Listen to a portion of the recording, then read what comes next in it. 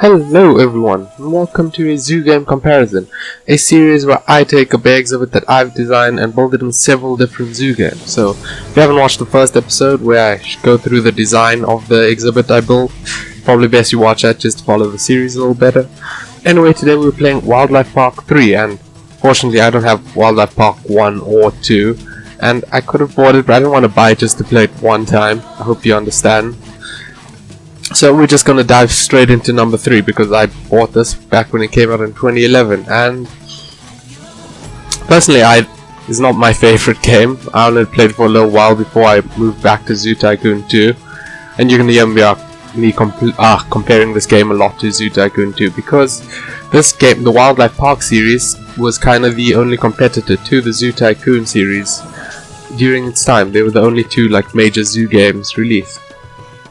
So in this Wildlife Park 3 I'm playing without any DLCs because I bought the game on a disc. Then I think the only way to get DLCs now is to kind of buy the game on Steam or something. I don't want to buy DLCs because I don't think the DLCs add anything, any new mechanics like underwater viewing stuff. Like kind of in Zoo Tycoon 2 when the DLCs came out, you have elevated paths and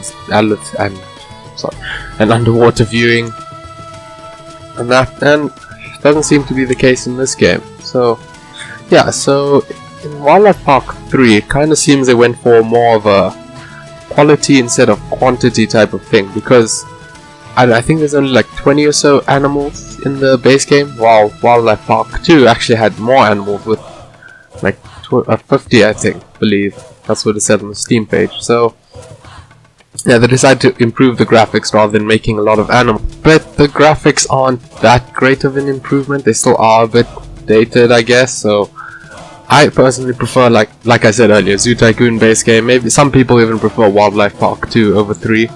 And there are a bunch of DLCs for this game. So I guess that kind of improves the quantity of animals you can play with. But then I prefer, even with the DLC, like I said, they don't add anything new. Like in Zoo Tycoon 2, when they added new DLCs, they added underwater viewing and elevated path. As far as I can tell, this game has no elevated path or underwater viewing.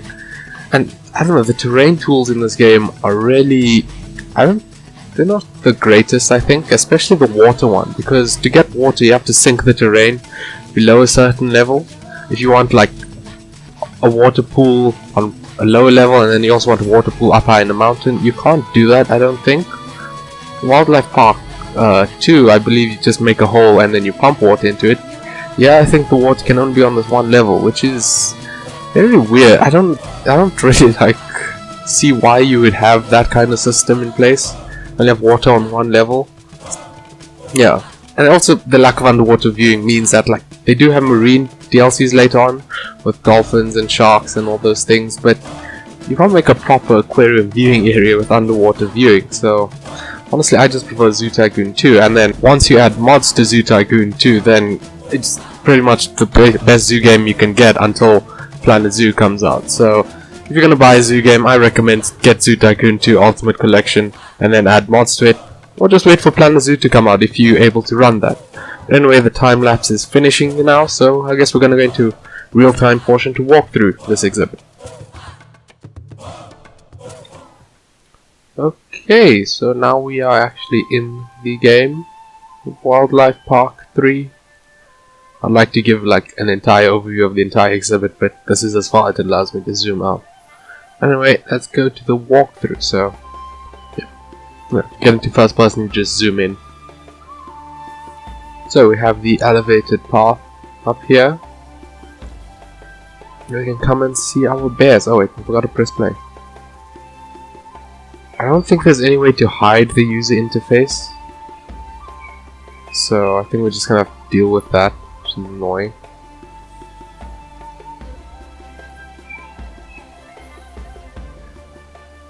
Oh, hello Mr. Bear, what are you doing? They're swimming. Oh look, there's a guest.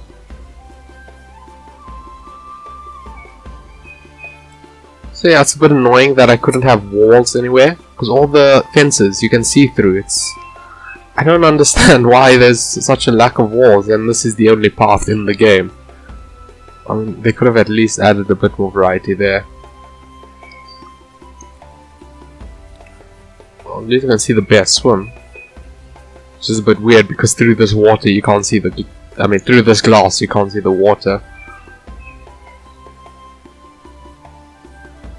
That's cool, I guess.